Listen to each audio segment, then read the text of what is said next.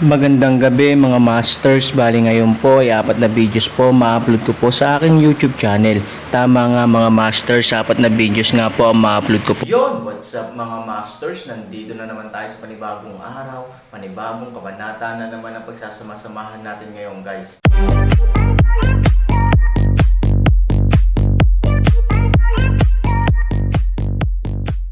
Bali mga masters, kung bago ka pa lang po sa aking YouTube channel, please click the subscribe button, lalong-lalo na po yung notification bell guys, para maging connected pa rin tayo sa isa't isa at maging updated kayo sa mga susunod ko pang video. Bali mga masters, bago natin umpisahan ng kwento ay mag-shoutout po muna tayo para sa mga solid nating tagapakinig. Yun na nga mga masters, no? Bali hindi na ito patagalin. In 3, 2, 1, let's go! Mga master, magbabalik tayo sa pag-upload ng 4 na videos everyday simula ngayon araw.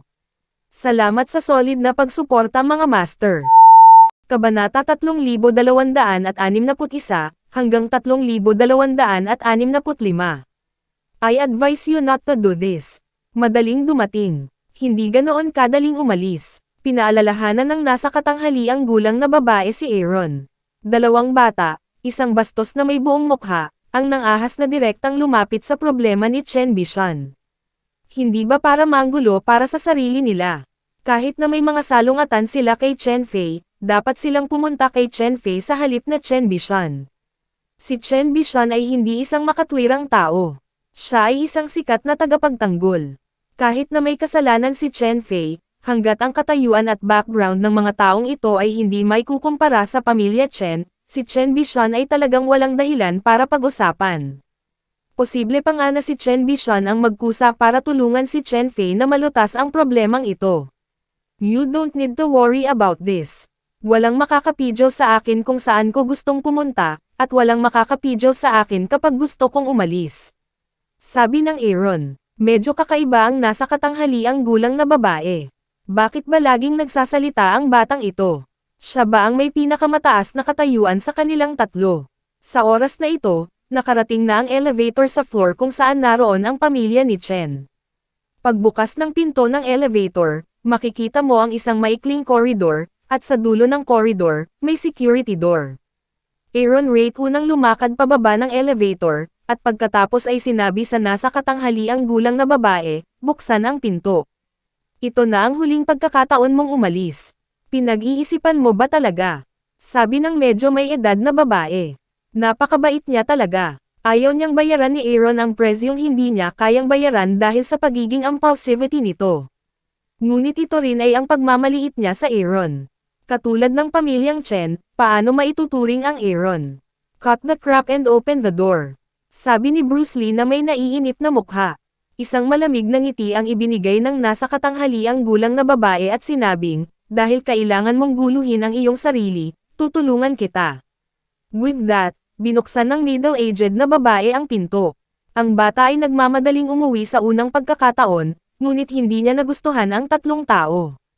Bukod dito, sa ilalim ng impluwensya ni Chen Fei, ang batang lalaki ay napakatigas din at mayabang. Ang half-brother ni Chen Fei ay si Chen Yang. Pagka-uwi ni Chen Yang, agad siyang nagtungo sa pag-aaral ni Chen Bishan. Dad, dumating na ang kalaban ng kapatid ko, sabi ni Chen Yang kay Chen Bishan. Si Chen Bishan ay may libangan na magbasa ng mga libro. Sa kanyang libreng oras, halos pinagyayaman niya ang kanyang kultural na pamana. Sinasabi niya na siya ay isang iskolar at mahilig ngumunguya ng mga salita. Siyempre, ito ay mababaw. Sa kabilang panig ni Chen Bishan, hindi siya iskolar, kundi isang tusong negosyante. Nang marinig ang mga salita ni Chen Yang, sumimangot si Chen Bishan.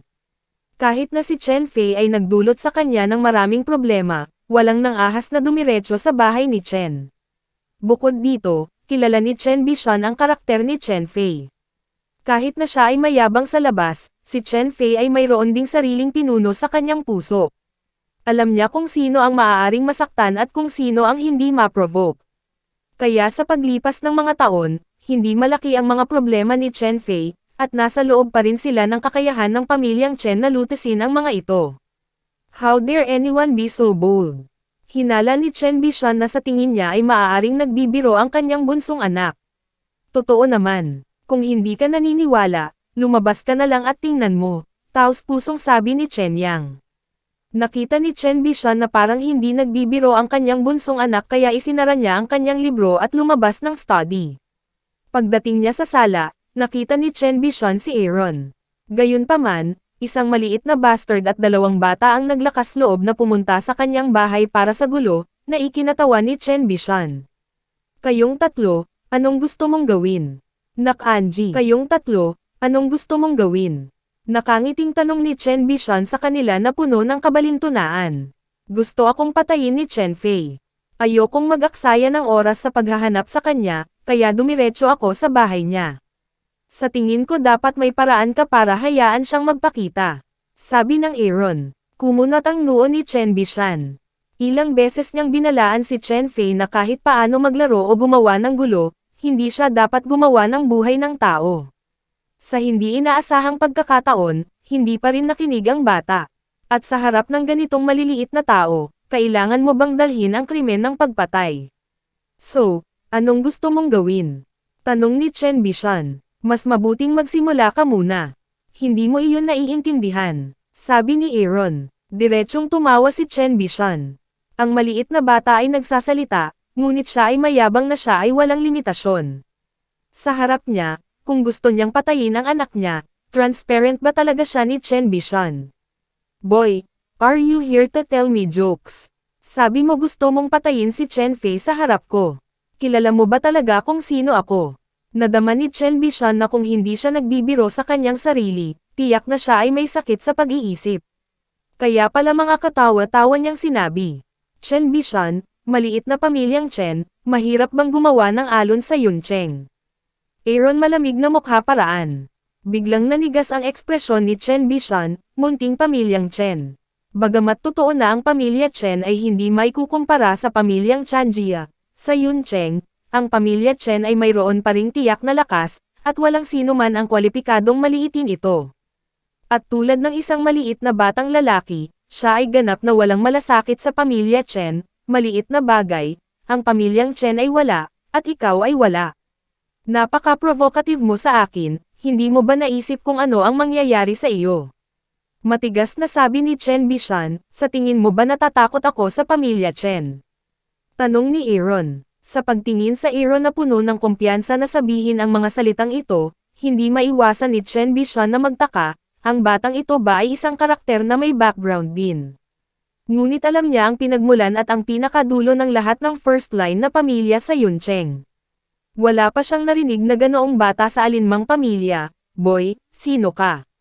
Tanong ni Chen Bishan, hindi siya nang ahas na sabihin na kilala niya ang lahat ng pamilya sa Yuncheng, at normal lang sa kanya na mag-iwan ng ilang karakter paminsan-minsan, kaya kailangan niyang malaman ang tunay na pagkakakilanlan ni Aaron. Ayoko, nasaktan ang buong pamilya ni Chen, kaya kailangan mo lang ibalik si Chen Fei at malulutas ang bagay na ito, sabi ni Aaron. Sa harap ng gayong pagmamataas, ang buhay at dugo ni Chen Bishan ay nasa kanyang ulo. Ano ang problema sa paghahanap muli kay Chen Fei? Bilang ama ni Chen Fei, mapapanood pa ba niya ang kanyang anak na ma-accident? Ako ang ama ni Chen Fei. Nagkamali siya. Ipaglalaban ko siya. Kung meron man, pwede kang lumapit sa akin. Sabi ni Chen Bishan, natatakot ako na hindi mo ito madala, malamig na sabi ni Aaron. Hinamak ni Chen Bishan ng ngumiti at sinabing, maraming taon na akong nasa Yuncheng, ngunit walang hindi ko kakayanin. Boy, wala akong pakialam kung ano ang background ng iyong pamilya. Babayaran kita para sa anggulo sa pamilya ko Chen ay dapat mong tanungin ang iyong pamilya tungkol sa relasyon ni Chen Bishan at Moyang. Ang pangungusap na ito ay ganap na nakakagulat sa sinuman. Pagkatapos ng lahat, si Moyang ang unang tao sa kalsada ng Yuncheng. Nang marinig ito ni Bruce Lee, hindi niya napigil ang matawa. Okay lang natakutin ang ibang tao kay Moyang, ngunit isang malaking biro ang gamitin ito sa Aaron. Kahit na sa underground ring ng Moyang, ang Aaron ay maaari ding ganap na umatras, at si Moyang ay hindi nang ahas na magkaroon ng anumang mga opinyon, na ganap na nagpapakita ng Moyang's takot sa Aaron. Ano ang punto ng pambabala ni Chen Bishan sa Aaron sa ganitong paraan? Anong tinatawa-tawa mo? Nang makita ni Chen Bishan ang ngiti sa mukha ni Bruce Lee, hindi niya napigil ang sumigaw. Natatawa ako sa iyong pagiging katawa-tawa. Kung sa tingin mo ay kayang hawakan ni Mo Yang ang amo ko, tawagan mo lang siya para subukan. Sabi ni Bruce Lee. Boss, tinatawag ng lalaking ito ang batang ito ng amo. Humalaklak si Chen Bishan. Ano na ang problema ng mundo ngayon? Siya ay isang maliit na bata, at mayroon pa siyang kwalipikasyon upang maging boss. Dahil ba ang mga matatandang ito sa mundo ay matagal nang hindi nagtatanong tungkol sa mundo kaya naging katawa-tawa ang mundo? Little guy, pwede ka rin bang maging boss? Alam mo ba kung ano ang tunay na lipunan? Hindi mapigilan ni Chen Bishan na tanungin si Aaron. Hindi nagalit si Han Sanchen dahil sa pangungutya ni Chen Bishan. Diretso siyang umupo sa sofa at sinabing, bibigyan kita ng 3 minuto para pag-isipan ito. Maaari mong hayaang umuwi si Chen Fei o lumabas si Mo Yang. Hindi kinaya ni Chen Bishan ang superior na ugali ni Aaron. Hindi niya hihilingin na umuwi si Chen Fei. Hindi dahil sa boss na tinatawag ang sarili na maliit na bata kaya niya iistorbahin si Mo Yang. Anak, tuturuan kita kung paano magsulat ng panghihinayang ngayon. Dahil doon, kinuha ni Chen Bishan ang telepono. Bilang isang walang awa na tao sa mundo ng negosyo, si Chen Bishan ay gumamit ng maraming maruruming paraan upang harapin ang kanyang mga kalaban, kaya siya ay bumuo ng maraming puot. Upang maiwasan ang paghihiganti, sinadya ni Chen Bishan na bumili ng flat sa ibaba para sa kanyang mga nasasakupan na tirahan. Sa ganitong paraan, kapag may nangyari sa kanya, maaaring dumating ang kanyang mga nasasakupan sa unang pagkakataon. Wala pang 1 minuto, narinig ni Aaron ang pagbukas ng elevator. Ilang mabangis na mukhang tao ang pumasok sa bahay ni Chen Bishan. Itong mga lalaki, bigyan mo ako ng magandang aral, at pagkatapos ay itapon mo. Sinabi ni Chen Bishan sa kanyang kalaban.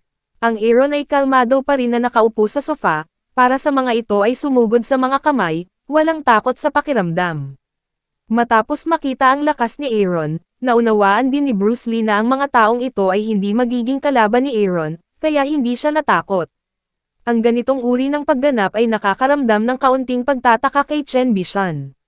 Sa harap ng sitwasyong ito, imposible para sa sinumang ordinaryong tao na panatilihing hindi nagbabago ang kanyang mukha. Ngunit ang maliit na batang ito, gayunpaman, ay nagpakita ng pambihirang kalmado. Sa oras na ito, biglang sinabi ni Chen Yang, "Tatay, gusto mo bang talunin ang kapatid na ito?" Si Chen Yang ay talagang nagsimulang bigyang pansin si Chi Yian ng maaga. Pagkatapos ng lahat, si Chi Yian ay nagpakita ng pambihirang kagandahan sa edad na ito, na mahirap baliwalain ng mga lalaki. Bilang nakababatang kapatid ni Chen Fei, maagang natutunan ni Chen Yang na magkomento sa magagandang babae, at isa siyang ganap na coyote, kaya ayaw niyang masaktan si Chi Yian. Umaasa rin siyang makikilala ni Chi Yian ang aksyon ng kanyang bayani sa pagliligtas ng kagandahan. Ngunit sa oras na ito ni Chen Bishan, na may ganitong uri ng mood, walang awang tumitig kay Chen Yang, ay nagsabi, "Bumalik ka sa silid." Umikot si Chen Yang sa takot, at pagkatapos ay nag-aatubili na tumakbo pabalik sa kanyang silid. Alam din ng nasa katanghaliang gulang na babae na ang susunod na larawan ay hindi niya gustong makita, kaya bumalik siya sa kanyang silid. Tiningnan ni Chen Bishan ang ilan sa kanyang mga nasasakupan, at ang mga taong iyon ay naglakad patungo sa Aaron. Sa oras na ito, itinaas ni Aaron ang kanyang tasa ng tsaa at mahinang sinabi, "Chen Bishan, sa tingin mo ba ay may magagawa talaga sa akin ang mga basurang ito?" Sa proseso ng pagsasalita, direktang dinurog ng Aaron ang tasa ng tsaa, hinayaan ng eksenang ito na makita ng mga taong iyon, direkta sa kinaroroonan. Kahit si Chen Bishan ay nakaramdam ng hindi kapanipaniwala dahil sa eksenang ito. Paanong madudurog ng lakas ng isang tao ang isang basong tsaa, at ang kanyang kamay ay tila walang tanda ng pinsala. Sa sandaling ito, sinabi sa kanya ng intuition ni Chen Bishan na minamaliit niya ang bata sa kanyang harapan. Gayunpaman, hindi nag-iisa ang kanyang mga nasasakupan, kaya hindi nababawasan ang kumpiyansa ni Chen Bishan. Kahit na makapangyarihan talaga siya, bata pa siya kung tutuusin, at tao pa rin siya. Paano siya magiging kalaban niya? Anong ginagawa mo pa? Ibigay mo na, utos ni Chen Bishan. Ilang subordinate na kuhang muli mula sa kanilang sorpresa at rush diretso sa Aaron. Aaron tapis ang pulbos sa kamay, light sabihin, ang iyong katalinuhan quotient, ay kung paano upang suportahan ka upang pumunta sa ngayon ang ganitong uri ng posisyon. Ipinakikita ng mga salitang ito na pinapahiya nila si Chen Bishan, na lalong nagpatindi sa galit ni Chen Bishan. Kinagat niya ang kanyang mga ngipin at sinabi, "Maliit na bagay, napakayabang mo, hindi ka ba talaga marunong sumulat ng mga patay na salita?" Sa oras na ito, ang mga lalaking iyon ay nagwagayway na ng kanilang mga kamao sa Aaron. Kung sila ay mga ordinaryong tao, wala silang pagkakataong lumaban sa ilalim ng pagkubkob ng napakaraming tao. Ang Aaron ay hindi isang ordinaryong tao. Posible bang makalapit ang mga ordinaryong taong ito sa malalakas na may banal na kaharian? Tingnan ang Aaron na may kulog ng pare-pareho, latigo binti sweep, kasama ng mga ito dalawang manguna malapit sa Aaron mga tao, direktang kickfly. Ang iba sa kanila ay nagulat, ngunit sa oras na ito ay walang pagkakataon na bawiin ito. Gustuhin man nilang bumalik, ang pagkawalang galaw ng kanilang katawan ay hindi pinapayagan silang bumalik. Kaya isang malungkot na eksena ang nangyari. Ang ilan sa mga tauhan ni Chen Bishan ay pinalayas ni Han Sanya. Tila napakalakas nila na hindi man lang nila naabutan ang galaw ni Han Sanya. Mabilis na nagbago ang sitwasyon sa digmaan.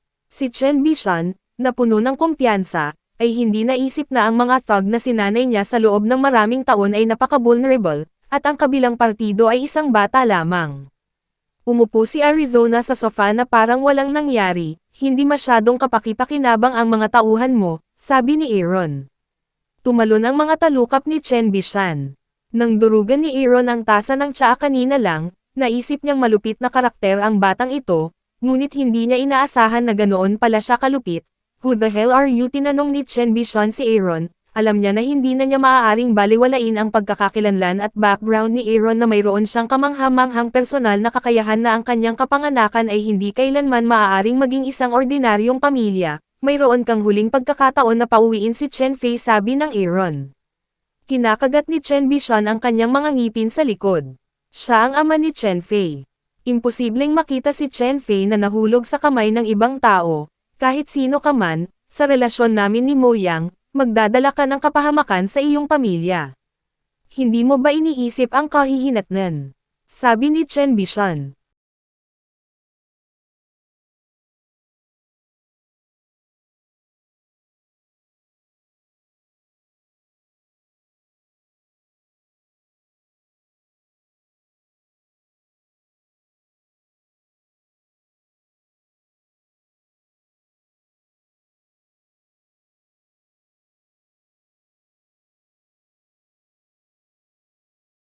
Yun na nga mga masters, no? Bali panibagong kabanata na naman yung natapos natin ngayong gabi. Muli, maraming salamat po talaga sa walang sawang suporta po sa aking YouTube channel na talagang inaabangan nyo po ang bawat upload ko po. Bali mga masters, magkita-kita ulit po tayo bukas ng gabi at ngayon po ay magpapaalam po muna tayo. Bali mga masters, bye-bye!